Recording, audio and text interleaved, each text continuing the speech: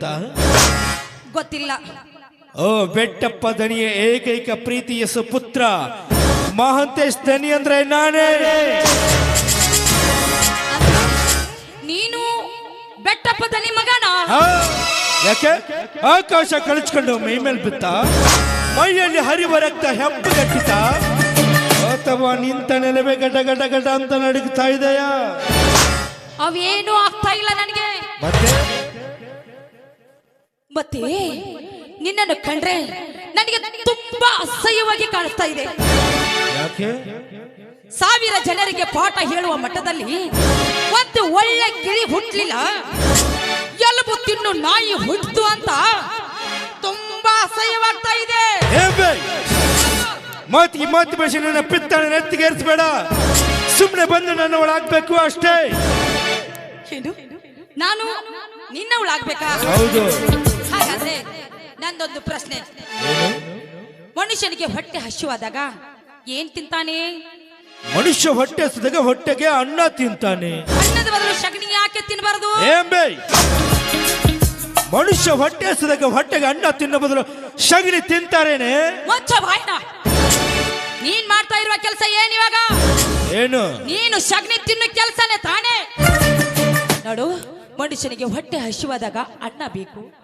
ಒಂದು ಹೆಣ್ಣಿಗೆ ಒಂದು ಗಂಡು ಅಂತ ಆ ಬ್ರಹ್ಮ ಸೃಷ್ಟಿ ಮಾಡಿರ್ತಾನೆ. ಅಂಥದ್ರಲ್ಲಿ ಮನಸ್ಸಿಂದ ಹೆಣ್ಣಿಗೆ ಏನೇನು ಬಾಯಿಗೆ ಬಂದೈತೆ ಮಾತನಾಡ್ತಾ ಇದೆಯಲ್ಲ, ನೀನು ಸಗಣಿ ತಿನ್ನಂತೆ ಸರಿ. ನಾ 3 ಬುಟ್ಟಿ ಹಸಿ ಸಗಣಿ ತಿನ್ನಕ್ ಬಂದಿನಂತ ತಿಳ್ಕೊ. ನೀನು 3 ಬಿಟ್ಟವನು ಕಣೋ, ಊರಿಗೆ ದೊಡ್ಡವನು. ಅಂಬೆ, ಇದೇ ನಿನ್ನ ಕೊನೆ ನಿರ್ಧಾರ? ಹೌದು, ಇದೇ ನನ್ನ ಕೊನೆ ನಿರ್ಧಾರ. ಹಾಗಾದ್ರೆ ನನ್ನ ಒಂದು ನಿರ್ಧಾರ ಕೇಳು. ಏನದು? ನನ್ ಕೈಗೆ ಸಿಗದೇ ಇರೋ ಹೆಣ್ಣು ಪ್ರಪಂಚದ ಯಾವ ಗಂಡಸಿಗೂ ಸಿಗಬಾರ್ದು. ನೀ ನನ್ನ ಒಳಾಗ್ಬೇಕು, ಇಲ್ಲ ನನ್ನ ಕೈಯಾಗ ನಿನ್ನ ಹೆಣ ಬೀಳ್ಬೇಕು. ಅಂಬಿ, ನಿನಗೆ 2 ನಿಮಿಷ ಕಾಲಾವಕಾಶ ಕೊಡ್ತೀನಿ. ಬೇಗ ವಿಚಾರ ಮಾಡಿ ಒಂದು ನಿರ್ಧಾರಕ್ಕೆ ಬಾ. ಅಯ್ಯೋ ದೇವ್ರಿ, ಈಗ ನಾನು ಏನ್ ಮಾಡ್ಲಿ? ಮನೆಯಲ್ಲಿ ಬೇರೆ ಯಾರು ಇಲ್ಲ, ಮದುವೆ ಮಂಟಪಕ್ಕೆ ಹೋಗಿದ್ದಾರೆ. ಈ ಪಾಪಿಯನ್ನು ನೋಡಿದ್ರೆ ನನ್ನನ್ನು ಬಿಡೋದಿಲ್ಲ ಅಂತ ಕಾಣಿಸ್ತಾ ಇದೆ. ಈಗ ನಾನು ಏನ್ ಮಾಡ್ಬೇಕು? ಹಾ, ಹೇಗಾದ್ರೂ ನಾಟಕವನ್ನು ಮಾಡಿ ಇವನ ಕೈಯಿಂದ ನಾನು ಪಾರ ಆಗ್ಲೇಬೇಕು. ಮಾಂತು ಮಾಂತು ಅಂಬು ಕರದಿ? ಹಾ ಮಾತು ಕರದೆ. ಮತ್ತಿಷ್ಟೊತ್ತಕ್ಕೆ ಬೇರೆ ಬೇರೆನ ಹಾರಾಡಿದಿ.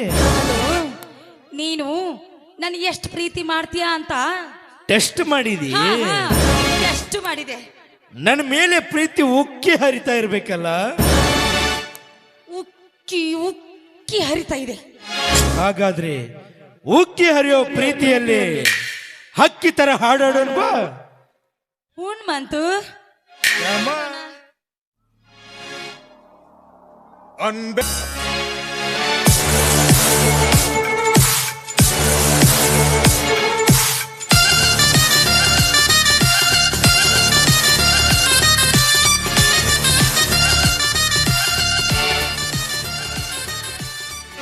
ಯಾಕೆ ಮಾತು? ಆಕಾಶ ಕಳಚಿ ನೆಲಕ್ಕೆ ಬಿತ್ತ, ಇಲ್ಲ ನಿನ್ನ ಮೈಯಲ್ಲಿರುವ ರಕ್ತ ಹೆಪ್ಪುಗಟ್ಟ ಮಾತು. ಅಂಬು, ಅದೇನಾಯ್ತು ಗೊತ್ತಾ? ನೀ ನನ್ನ ಹೆಂಗ ಪ್ರೀತಿ ಒಳಗೆ ಟೆಸ್ಟ್ ಮಾಡಿದೆಲ್ಲ, ನಾನು ನೀ ಎಷ್ಟು ಗರ್ತಿದೆ ಅಂತ ಟೆಸ್ಟ್ ಮಾಡಿದ್ದೇವ. ಅಂದ್ರೆ ನಾನು ಎಷ್ಟು ಗರ್ತಿ ಅಂತ ಗೊತ್ತಾಯ್ತಲ್ಲ? ನೀ ಬರೇ ಗರುತಲ್ಲ, ಗರುತಿ ಗಂಗಾ ಬಂದ್ರು ನೀನ. ಅಂಬು, ಈಗ ನಂದು ಸರಿ ಹೋಯ್ತು, ನಿಂದು ಸರಿ ಹೋಯ್ತು. ಇದನ್ನು ಕೆಳಗಿಳಿಸಿದೆ ಅಂದ್ರೆ ನಾ ಇಲ್ಲಿಂದ ಹೋಗ್ಬಿಡ್ತೀನಿ. ಲೇ ಮಂಜನ ಮಗನ ಮಾತ್ಯ, ನಾನು ನಿನ್ನ ಮಾತು ನಂಬೋದ? ನೋಡು, ಬಾಯಿ ಮುಚ್ಕೊಂಡು ಇಲ್ಲಿಂದ ಹೊರಟು ಹೋಗು. ನಾನು ನಂಬಂಬು? ನಿನ್ನಂತ ನಾಯಿ ನಂಬೋದ? ಮುಚ್ಕೊಂಡು ಹೊರಟು ಹೋಗೋ ಇಲ್ಲಿಂದ. ಇನ್ನು ಯಾವತ್ತೂ ನಿನ್ನ ಮನೆ ಕಡೆ ಸುಳಿಯೋದಿಲ್ಲ. ರುದ್ರಾಂಕ, ನೀವಾದ್ರೂ ಹೇಳಿ.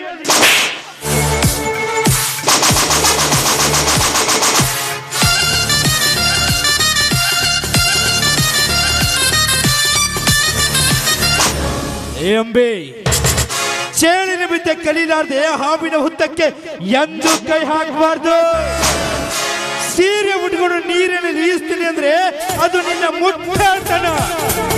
ಭವಿಷ್ಯ ನಿನ್ನ ನೋಡಿ ಹೇಳಿರ್ಬೇಕು, ಹೆಣ್ಣಿನ ಬುದ್ಧಿ ಮೊಣಕಾಲಿನ ಕೆಳಗೆ ಅಂತ. ಏ ಅಬ್ಬೆ, ಇಷ್ಟೊತ್ತಕ ನೀ ಏನಾಡಿದಲ್ಲ ಆಟ, ಈಗ ನಾನು ಆಡ್ತೀನಿ ನೋಡು ದೊಡ್ಡ ಆಟ.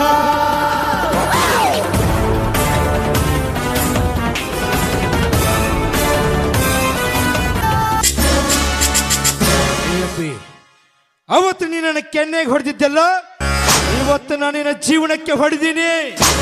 ಯಾಕಾದ್ರೂ ಈ ಮಹಾಂತೇಶನ ಕೆಣಕಿದೆ ಅಂತ ಒಂದೊಂದು ದಿನ ಒಂದೊಂದು ಕ್ಷಣ ವಿಲ ವಿಲ ವಿಲ ಒತ್ತಾಡ್ ಸಾಯ್ಬೇಕು, ಹಾಗೆ ಮಾಡಿದ್ದೇನೆ. ಏ ಅಂಬೆ, ನಿನ್ನ ಮದುವೆ ನಡೆಯೋದು ಅರವಿಂದನ ಜೊತೆಗೆ, ಆದ್ರೆ ಪ್ರಥಮ ರಾತ್ರಿ ನಡೆದದ್ದು ಈ ಮಹಾಂತೇಶನೊಂದಿಗೆ. ಅದಕ್ಕೆ ಹೇಳ್ತಾರೆ, ಯಾವ ಹೂವು ಯಾರ ಮುಡಿಗೋ ಅಂತ.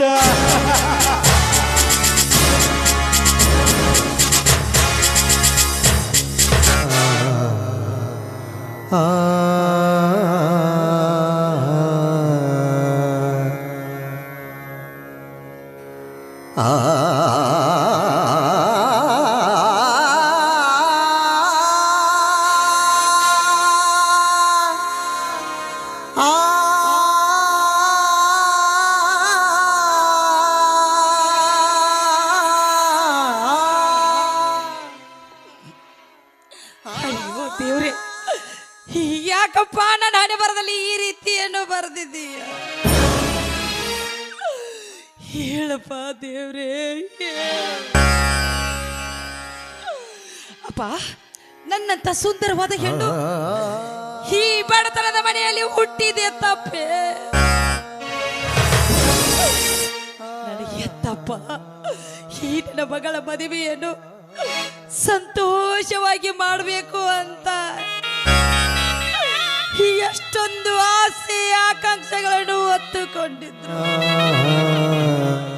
ಆದ್ರೆ ಆದ್ರೆ ಒಂದೇ ಒಂದು ಕ್ಷಣ ಸುಖಕ್ಕೋಸ್ಕರ ಆ ಮಾಂತೇಶ ನನ್ನ ಜೀವನವನ್ನು ಹಾಳಿ ಮಾಡಿಬಿಟ್ಟ.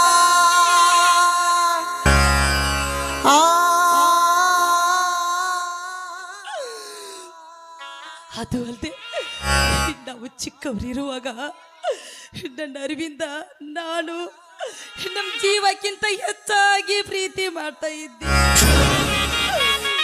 ನನ್ನ ಅರಿವಿಂದ ನನ್ನನ್ನು ಮದುವೆ ಆಗಬೇಕು ಅಂತ ಎಷ್ಟೊಂದು ಆಸೆಗಳನ್ನು ಹೊತ್ತುಕೊಂಡಿದ್ದೆ.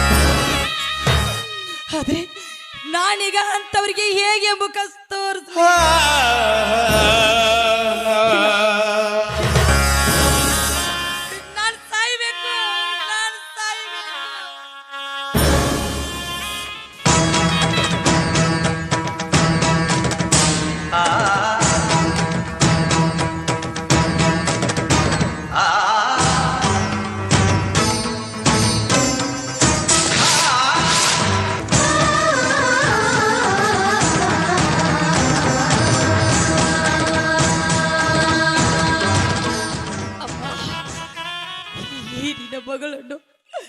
ಈ ನಿನ್ನ ಮಗಳನ್ನು ಕ್ಷಮಿಸಿ ಬಿಡಪ್ಪ, ಕ್ಷಮಿಸಿ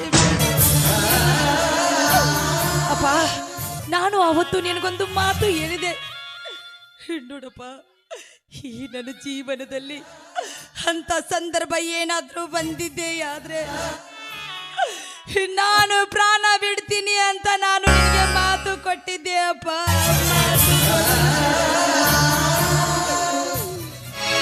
ಅಪ್ಪ, ನಿನಗೆ ಮಾತು ಕೊಟ್ಟಂತೆ ನಾನು ಬದುಕಬಾರದು ಅಪ್ಪ.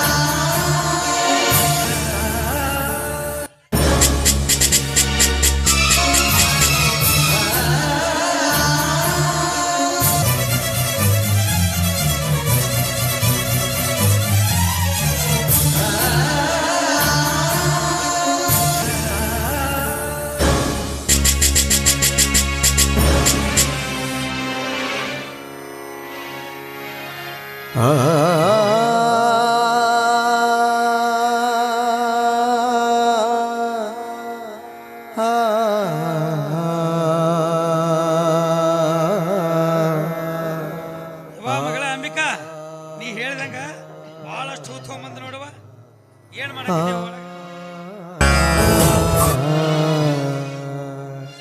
ಅಲ್ಲ, ಹುಚ್ಚ ಹುಡುಗಿ ಅಪ್ಪ ನನಗೆ ಬಹಳಷ್ಟು ಹೂ ತಗೊಂಬ ಹತ್ತಿರ ಇಲ್ಲಿ ನೋಡಿದ್ರೆ ಮಣ್ಕೊಂದಾಳ. ಹೇಳವ ತಂಗಿ, ಹೇಳ.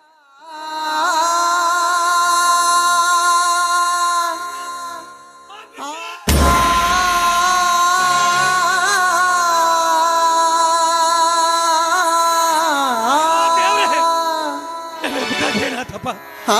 ಯಾಕವ ಏನಾತವ?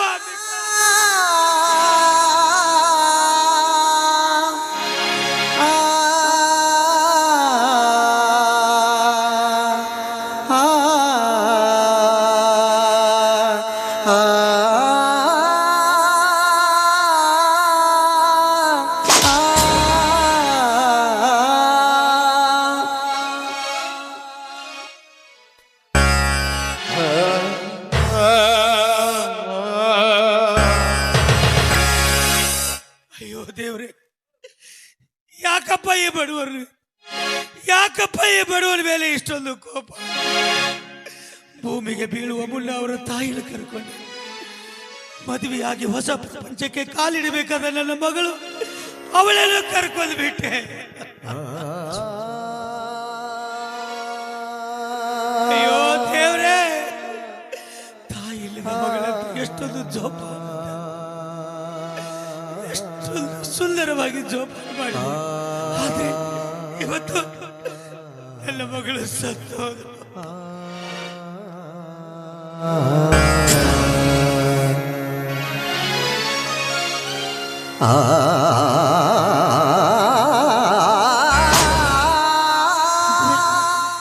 ನನ್ನ ಮಗಳು ವಿಷ ತಗೊಂಡು ಆತ್ಮಹತ್ಯೆ ಮಾಡ್ಕೊಂಡ.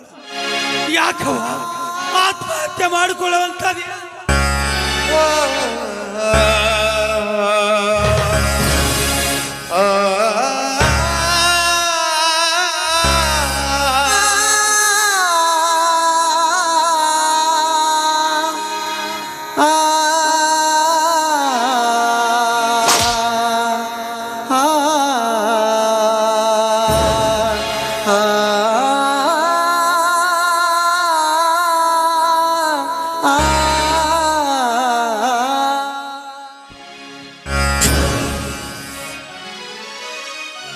ಪ್ರೀತಿಯ ತಂದೆಯವರೇ ಆದ ನಿಮ್ಮ ಮಗಳು ಅಂಬಿಕಾ ತಿಳಿಸೋದೇನೆಂದ್ರೆ, ಅಪ್ಪ, ತಾಯಿಲ್ಲದ ತಬ್ಬಲಿಯಾದ ನನಗೆ ತಾಯಿಯ ನೆನಪು ಬಾರದಂತೆ ಪ್ರೀತಿಯಿಂದ ಜೋಪಾನ ಮಾಡಿದ್ರೆ, ವಿದ್ಯಾವಂತಳನ್ನಾಗಿ ಕೂಡ ಮಾಡಿದ್ರೆ, ಮುಂದೆ ನಾನು ಮೆಚ್ಚಿದ ವರನ ಜೊತೆ ನನ್ನ ಮದುವೆ ಮಾಡಲು ಸಹ ಮುಂದಾದ್ರಿ. ಆದ್ರೆ ನಾನೊಂದು ಬಯಸಿದರೆ ದೈವ ನನ್ನ ಜೀವನದಲ್ಲಿ ಮತ್ತೊಂದು ಬಗೆಯಿತು ಎನ್ನುವಂತೆ ನೀವು ಮನೆಯಲ್ಲಿ ಯಾರು ಇಲ್ಲದ ಸಮಯದಲ್ಲಿ ಆ ಬೆಟ್ಟಪ್ಪ ಧಣಿಗಳ ಮಗ ಮಹಾಂತೇಶ ಬಂದು ನಿಮ್ಮ ಮಗಳ ಹೆಂಡತನವನ್ನೇ ಹಾಳು ಮಾಡಿಬಿಟ್ಟನಪ್ಪ, ಹಾಳು ಮಾಡಿಬಿಟ್ಟ. ಶೀಲ ಕಳೆದುಕೊಂಡ ಹೆಣ್ಣು ಈ ಭೂಮಿ ಮೇಲೆ ಬದುಕಿರಬಾರದು ಅಂತ ನಿಮ್ಮನ್ನು ಬಿಟ್ಟು ಬಹುದೂರ ಹೋಗ್ತಾ ಇದ್ದೀನಿ ಅಪ್ಪ. ಈ ನಿಮ್ಮ ಪಾಪಿ ಮಗಳನ್ನ ಕ್ಷಮಿಸಿ ಬಿಡಿ ಅಪ್ಪ, ಕ್ಷಮಿಸಿ ಬಿಡಿ.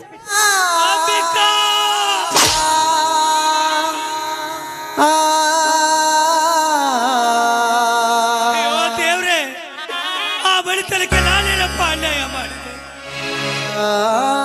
ಸತ್ತು 40 ಹಳ್ಳಿಗೆ ಬೇಕಾದಂತ ನನ್ನ ದನಿಗಳ ಮಗ ಇಂಥ ಕೆಲಸ ಮಾಡಿದಾನೆ ಅಂದ್ರೆ, ಏ ರುದ್ರ, ಯಾಕೋ ನಂಬ್ತೀಯಾ? ರೇಷ್ಮೆ ಸೀರೆಯುಟ್ಟು ಮುಡಿಯೊಳಗೆ ಹೂವ ಇಟ್ಟು ಮದುಮಗಳಾಗಿ ಕುಳಿತಿರುವಾಗ ನೋಡುವುದೇ ಭಾಗ್ಯ ನಿನ್ನನು. ಮಂತ್ರ ಹೇಳುವಾಗ ಮಾಂಗಲ್ಯ ಕಟ್ಟುವಾಗ ಬಳ್ಳಿಯ ಹಾಗೆ ಹಾಗೆ ನಲ್ಲನ ನೀ ನೋಡು ನೋಟವ ಕಾಣುವ ತಾಳಲಾರೆ ನನ್ನ ಮುದ್ದು ಮಗಳೇ ವಸಂತ ಕಾಲ ಬಂದಾಗ ಮಾವು ಚಿಗುರಲೇಬೇಕು ಕೋಗಿಲೆ ಹಾಡಲೇಬೇಕು ಕಂಕಣ ಕೂಡಿ ಬಂದಾಗ ಮದುವೆಯಾಗಲೇಬೇಕು ಹೊಸ ಬಾಳ ಹೊಸಿಲಲ್ಲಿ ನಸುನಾಚಿ ನಿಂತಾಗ ನಿನ್ನಂದ ನೋಡಬೇಕು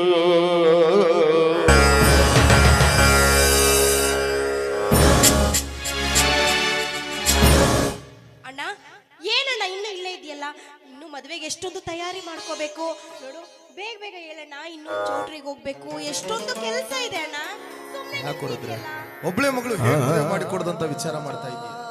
ಹೆಣ್ಣು ಅಂದ್ಮೇಲೆ ಮತ್ತೊಬ್ಬರ ಮನೆ ಬೆಳಗೋದಕ್ಕೆ ಹೋಗ್ಲೇಬೇಕು. ಇದು ಜಗದ ನಿಯಮ ಕಣೋ. ಅಂದ್ರೆ ಅವರ ನೀವು ಹೇಳಿದ್ರಲ್ಲ ನನ್ನ ಮಗಳಿಗೆ ಹೊಸ್ತ ಒಡವೆ ಸೀರೆ ಬಳಿ ತರ್ತಾನಂತಿದ್ರಲ್ಲ ತಂದಿರೇನವ ಅದನ್ನೆಲ್ಲ ನೀನ್ ನನ್ನನ್ನು ಕೇಳ್ಬೇಕಾ ನೋಡು ಅವಳಿಗೆ ಅಂತ ಜರ್ತಾರಿ ರೇಷ್ಮೆ ಸೀರೆ ಬಂಗಾರದ ಒಡವೆಗಳು ಎಲ್ಲ ತಂದಿದ್ದೀನಿ ಈಗ ಏನಿದ್ರು ನನ್ನ ಕೈಯಾರೆ ಅವಳಿಗೆ ರೆಡಿ ಮಾಡೋದಷ್ಟೇ ನನ್ನ ಕೆಲಸ ನನ್ನ ಮಗಳು ಅನ್ಕೊಂಡಳೆವ ಸೀರೆ ಉಡಿಸ್ರಿ ಸಿಂಗಾರ ಮಾಡ್ರಿ ಯಾಕಂದ್ರ ಇಲ್ಲೊಂದು ಸ್ವಲ್ಪ ಹೊತ್ತಾಗ ನನ್ನ ಮಗಳದು ಈ ಊರಾಗ ಮೆರವಣಿಗೆ ಹೋಗೋದೈತಪ್ಪ ಎಬ್ಬಚ್ಚಿರವ ಮಾಡ್ಕೊಂಡು ಮದುವೆ ಅಂದ್ಮೇಲೆ ಮೆರವಣಿಗೆ ಮಾಡ್ಲೇಬೇಕು. ಅದು ನಮ್ಮ ಅಂಬಿಕಾಳ ಮದುವೆ ಮೆರವಣಿಗೆ ಅಂದ್ರೆ ಹಾಗೇನ ದಾಮ್ ಧೂಮ್ ಅಂತ ಹುಚ್ಚುಡುಗಿ ಮದುವೆ ಇಟ್ಕೊಂಡು ಮಲ್ಕೊಂಡಿದ್ದಾಳ ಎಬ್ಸು ಮದುವೆಗಳನ್ನ. ಅಂಬಿಕಾ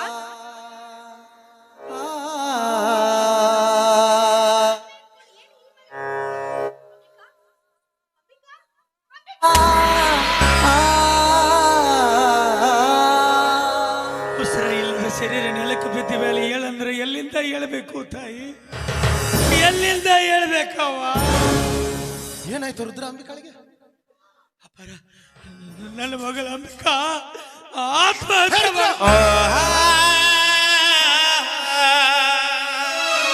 ಅಲ್ಲ ಆತ್ಮಹತ್ಯೆ ಮಾಡ್ಕೊಳ್ಳೋ ಅಂತದ್ದು ಏನಾಗಿತ್ತು ಇವಳಿಗೆ ಆತ್ಮಹತ್ಯೆ ಮಾಡ ಆಪತ್ತು ಅವಮಾನ ಎಂದು ತಂದುಕೊಂಡವಳಲ್ರಿ ನನ್ನ ಮಗಳು ಅವಳನ್ನು ಅವಮಾನ ಮಾಡಿ ಆತ್ಮಹತ್ಯೆ ಮಾಡಿಕೊಳ್ಳುವಂಗ ಒಬ್ಬಳೇ ಒಬ್ಬ ಕುಲಘಾತುಕ ಮಾಡಿ ಹೋಗಿ ಯಾರಣ್ಣ ಯಾರಣ್ಣ ಕುಲಗಾತ್ಕ ಯಾರು ಯಾರು ಆ ಕುಲಘಾತಕನ ಹೆಸರ ಏನಂತ ಹೇಳ್ರಿ ಅವ ಚಿಕ್ಕವನಿದ್ದಾಗ ಹೆಗಲ ಮೇಲೆ ಕುಂಡ್ರಿಸ್ಕೊಂಡು ಆಟ ಆಡಿಸ್ತಾ ಇದ್ದೆ ಅವನ ಪುಟ್ಟ ಕಾಲಗಳಲ್ಲಿ ಎದೆ ಕುಂಡಿಸ್ಕೊಳ್ತಾ ಇದ್ದೆ ಆವಾಗ ಈ ಹಾಳಾದ ಶರೀರ ಸಂತೋಷ ಆಗ್ತಿತ್ತು ಇವತ್ತಾದ ಮಗು ಬೆಳೆದು ದೊಡ್ಡದಾಗಿ ನನ್ನ ಗಂಟ್ಲ ಕಡಿದು ರಕ್ತ ಕುಡಿದೈತಿ ಅಂತ ಹೇಳಿ ಇಲ್ಲ ನಾನು ಸಾಕಿದ ಗಿಳಿ ಒಂದು ಪಂಜರದಿಂದ ಒಳಗೆ ಹೋಗಿ ಹತ್ತಾಗಿ ನೆತ್ತಿ ಮೇಲೆ ಕುಕ್ಕಿ ಅಂತ ಹೇಳ ಏನಂತ ಹೇಳ್ರಿ ಅಪ್ಪ ಏನಂತ ಹೇಳಿ ಅಣ್ಣ ನೀನ್ ಈ ರೀತಿ ಒಗಟಾಗಿ ಮಾತಾಡಿದ್ರೆ ನಮಗೆ ಹೇಗಣ್ಣ ಅರ್ಥ ಆಗ್ಬೇಕು ಯಾರಂತ ಬಿಡಿಸಿ ಹೇಳಣ್ಣ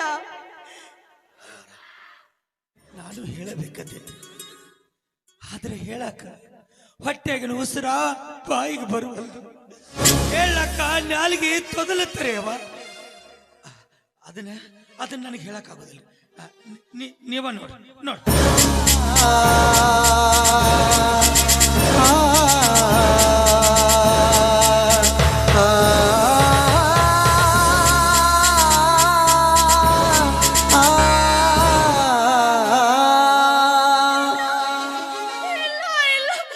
ನನ್ನ ಮಗ ಈ ಕೆಲಸ ಮಾಡೋದಕ್ಕೆ ಸಾಧ್ಯನೇ ಇಲ್ಲ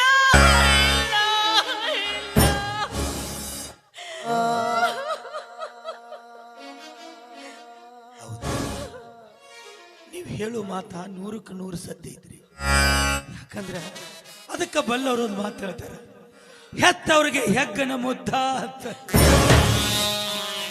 ಈ 10 ಕರಳು ಹೇಳಕತ್ತೈತಿ ನನ್ನ ಮಗ ತಪ್ಪ ಮಾಡಿಲ್ಲ ಅಂತ. ಆದ್ರ ಆ 7 ಕರಳಿನ ಈ 10 ಕರಳು ಏನಂತ ಉತ್ತರ ಕೊಡಬೇಕು ತಾಯಿ? ಏನಂತ ಉತ್ತರ ಕೊಡಬೇಕು? ಅಣ್ಣ, ಅಂದು ನನಗೆ ಮಕ್ಕಳಿಲ್ದೆ ಇದ್ದಾಗ ನೀನು ಕಂಡ ದೇವರುಗಳಿಗೆಲ್ಲ ಕೈ ಮುಗಿದು ವ್ರತ ಉಪವಾಸ ಮಾಡಿದೆ. ಸಾಲ್ದು ಅಂತ ಕರ್ಪೂರ ಕೈಯಲ್ಲಿಟ್ಕೊಂಡು ಆರತಿ ಬೆಳಗ್ದೆ. ಅಣ್ಣ, ನೀನು ಮಾಡಿದ ಪೂಜಾ ಫಲವೋ ಅಥವಾ ನಾನು ಮಾಡಿದ ಪುಣ್ಯನೋ ನನ್ನ ಹೊಟ್ಟೆಲೇ ಒಬ್ಬ ಮಗ ಅಂತ ಹುಟ್ಟ ಅಣ್ಣ. ಆದ್ರೆ ಈಗ ಅವನು ಈ ಕೆಲಸ ಮಾಡಿದಾನೆ ಅಂದ್ರೆ ನಂಗೆ ನಂಬೋದಕ್ಕೆ ಆಗ್ತಿಲ್ಲ ಅಣ್ಣ. ಅಣ್ಣ ಅಣ್ಣ ನೋಡು, ದಯವಿಟ್ಟು ಈ ವಿಚಾರದಲ್ಲಿ ಇವ್ರಿಗೆ ಯಾವುದೇ ಕಠಿಣವಾದಂತಹ ನಿರ್ಧಾರ ತಗೋಬೇಡ ಅಂತ ಹೇಳಣ್ಣ. ಅಣ್ಣ, ನಿನ್ನನ್ನು ಸರಿಗೊಟ್ಟಿ ಪುತ್ರ ಭಿಕ್ಷೆ ಬೇಡ್ತಾ ಇದ್ದೀನಿ ಅಣ್ಣ, ಪುತ್ರ ಭಿಕ್ಷೆ ಬೇಡ್ತಾ ಇದ್ದೀನಿ ಅಣ್ಣ. ಅಣ್ಣ, ನಿನ್ನ ಕಾಲಿಗೆ ಬೀಳ್ತೀನಿ, ಇವ್ರಿಗೆ ಹೇಳಣ್ಣ ಯಾವುದೇ ಕಠಿಣ ನಿರ್ಧಾರ ತಗೋಬೇಡ ಅಂತ. ಹೇ ಬೆಟ್ಟಪ್ಪ,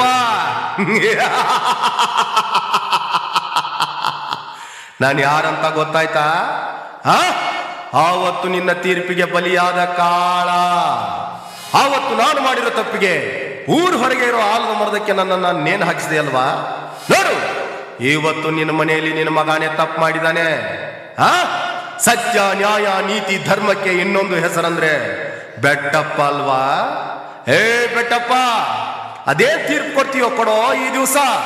ನಾನು ನೋಡ್ತಾ ಇದ್ದೀನಿ, ನನ್ನ ಆತ್ಮ ಈ ಮನೆ ಸುತ್ತಾನೆ ಸುತ್ತಾ ಇದೆ. ಕೊಡೋ ಕೊಡೋ ಕೊಡೋ ತೀರ್ಪು.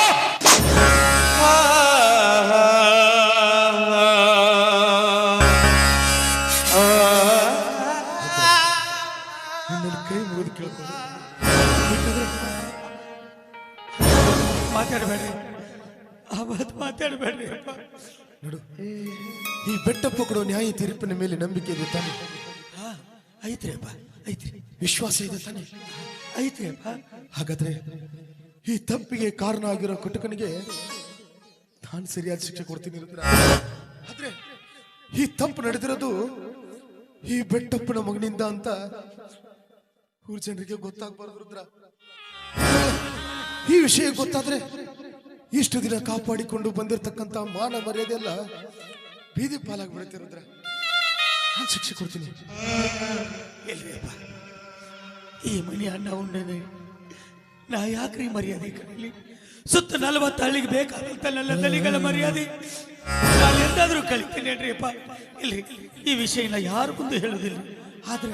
ಆದ್ರೆ ನನ್ನದೊಂದು ಮಾತನಾಡಿಸಿಕೊಡ್ರಿ. ನೋಡ್ರಿ, ನನ್ನ ಮಗಳು ಸತ್ತ ಹೋಗ್ಯಾಳ. ಇಲ್ಲ, ನನ್ನ ಮಗಳು ಹುಟ್ಟಿ ಬಾಳ್ದ್ರೆ ಬರುದಿಲ್ರಿ ಅಪ್ಪ. ಒಂದ ಮಾತು ಹೇಳ್ಬೇಕಂದ್ರೆ ನನಗೆ ಮಗಳ ಹುಟ್ಟಿ ಆದ್ರೆ ಚಿಟ್ಟಿನ ಬರೆದಾಗ ಕೆಟ್ಟ ನಿರ್ಧಾರ ತಕೊಂಡ ಚಿಕ್ಕದಲ್ಲೇ ಯಾವುದೇ ತರ ಶಿಕ್ಷೆ ಕೊಡಬೇಕು. ಸತ್ತಿರೋದು ನಿನ್ನ ಕರುಳ ಬಳ್ಳಿ ಯಾಕೋ ಕಟುಕಿಗೆ ದನಿ ದನಿ ಅಂತ ಕರಿತೀಯ? ನಿನ್ನಿಂದ ದನಿ ಅಂತ ಕರೆಸಿಕೊಳ್ಳೋ ಯೋಗ್ಯತೆ ಆ ದಲಿತನಿಗಿಲ್ಲ.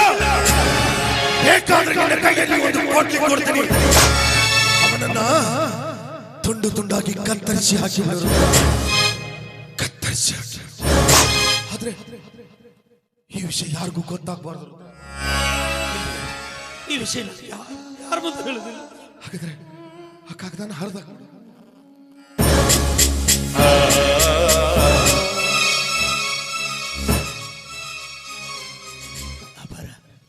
ಈ ಕಾಗದ ಹರಿದು ಹಾಕೋದು ಬೇಡ್ರಿ. ಈ ಕಾಗದ ಹರಿದು ಹಾಕಿದೀವಿ ಅಂದ್ರೆ ಹರಿದು ಹೋದ ಕಾಗದ ಜೋಡಿಸುವುದು ಜನ ಅದಾರಿ ಪ್ರಪಂಚದಾಗ. ಈ ಕಾಗದ ಹರಿದು ಹಾಕೋದು ಬೇಡ, ಸುಟ್ಟು ಹಾಕೋದು ಬೇಡ. ಈ ಕಾಗದ ನನ್ನ ಹತ್ರ ಇರಲಿ. ಈ ಕಾಗದ ವಿಷಯ ಯಾರಿಗೆ ಗೊತ್ತಾಗಬಾರ್ದಂದ್ರೆ ಈ ಕಾಗದ ನನ್ನ ಹತ್ರ ಇರ್ಲಿ ಅಪ್ಪ, ನನ್ನೊಳಗೆ ಇರ್ಲಿ.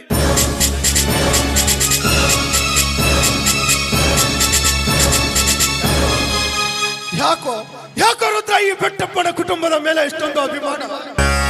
ನೀನು ಮಾಡುವ ಈ ಉಪಕಾರಕ್ಕೆ ಈ ಬೆಟ್ಟಪ್ಪನ ಮೈ ಚರ್ಮ ಸುಲಿದು ಚಪ್ಪಲಿ ಮಾಡಿಕೊಟ್ರು ಕೂಡ ಕಡಿಮೆ ಕಣೋ. ಕಡಿಮೆ ಕೊಡ್ತೀನಿ ರುದ್ರ. ಸರಿಯಾದ ನ್ಯಾಯ ತೀರ್ಮಾನ ಕೊಡ್ತೇನೆ. ಹೊಟ್ಟೋಸುರಕ್ಕೆ ಬದಲಾಗಬಹುದು, ತಿರುಗಾ ಭೂಮಿ ಚಲನೆ ನಿಂತಾಗಬಹುದು, ಆದ್ರೆ ಈ ಬೆಟ್ಟಪ್ಪ ಕೊಡೋ ತೀರ್ಪು ಯಾವತ್ತೂ ಬದಲಾಗಲ್ಲ ಅಂತ ನಾನು ತೋರಿಸ್ತೀನಿ. ಏ ಮಾದೇವಿ, ಕಂಡ ದೇವರಿಗೆಲ್ಲ ಹರಕೆ ಹೊತ್ತಿಯಲ್ಲ, ನಮಗೊಬ್ಬ ಮಗ ಹುಟ್ಲಿ, ನಮ್ಮ ಸಂತಾನ ಬೆಳಗಲಿ ಅಂತ. ಇಂಥ ಕಟುಕ ಮಗನಿಗೆ ಜನ್ಮ ಕೊಡ್ತೀಯ ಅಂತ ಗೊತ್ತಿದ್ರೆ ಆ ದೇವರಲ್ಲಿ ಕೈ ಮುಗಿ ಕೇಳ್ಕೊಳ್ತಿದ್ದೆ, ನಿನ್ನನ್ನ ಬಂಜೆಯಾಗಿಡು ಅಂತ. ಇಡೀ ಊರ್ ಜನ ನಿನ್ನನ್ನ ಬಂಜೆ ಅಂತ ಕೂಗಿ ಕರೆದ್ರು ಈ ಬೆಟ್ಟಪ್ಪ ಸಹಿಸ್ಕೊಳ್ತಿದ್ದ ಕಣೆ. ಆದ್ರೆ ಈ ದಿವಸ ಈ ಬೆಟ್ಟಪ್ಪನ ಮಗ ಎಂತ ಕೆಲಸ ಮಾಡಿದಾನೆ ಅಂದ್ರೆ, ಈ ಬೆಟ್ಟಪ್ಪ ಬದುಕಿದ್ದು ಸತ್ತೋದ ಕಣೆ. ಇದೇ ಕೈಯಲ್ಲಿ ಎತ್ತಿ ಆಡಿಸಿದ ಕೂಸು ಕಣೆ ಅಂಬಿಕ, ನಮ್ಮನ್ನೇ ನಂಬಿಕೊಂಡ್ರು ಜೀವ ಕಣೆ ರುದ್ರ. ಎಷ್ಟೊಂದು ಖಾಸಿಯಾಗಿರ್ಬೇಡ ಕಣೆ ಅವನ ಮನಸ್ಸಿಗೆ. ಆ ದೇವರು ನನ್ನ ಜೀವನದಲ್ಲಿ ಆಟ ಆಡ್ತಾನೆ ಅಂತ ಗೊತ್ತಿಲ್ಲ, ಆದ್ರೆ ಮಗನ ರೂಪದಲ್ಲಿ ಆಟ ಆಡ್ತಾನೆ ಅಂತ ಗೊತ್ತಿರ್ಲಿಲ್ಲ. ಕಣ್ಣೀರು ಹಾಕಬೇಡ. ಕಣ್ಣೀರು ಯಾವತ್ತಿದ್ರು ಯೋಗ್ಯರಾದವರಿಗೆ ಮಾತ್ರ ಇರಬೇಕು. ಅಂತ ಯೋಗ್ಯನಿಗೋಸ್ಕರ ಕಣ್ಣೀರು ಹಾಕಬೇಡ. ಮುಂದೊಂದು ದಿನ ಕಣ್ಣೀರು ಉಪಯೋಗಕ್ಕೆ ಬರುತ್ತೆ, ಅವಾಗ ಕಣ್ಣೀರು ಹಾಕುವಂತೆ. ನಡೆ ಮುಂದಿನ ಕಾರ್ಯ ನೋಡು. ನೀನು ಹೊರಟ ಊರಿಗೆ ದಾರಿ ಹೇಳಮ್ಮ, ಆ ದಾರಿಯಲ್ಲಿ ಕಲ್ಲು ಮುಳ್ಳು ಇದ್ರೆ ಕೂಗಮ್ಮ. ಕರುಳ ಗೆಳತಿಯಲ್ಲ ನೀ, ನನ್ನ ಉಸಿರು ದೇವಿಯು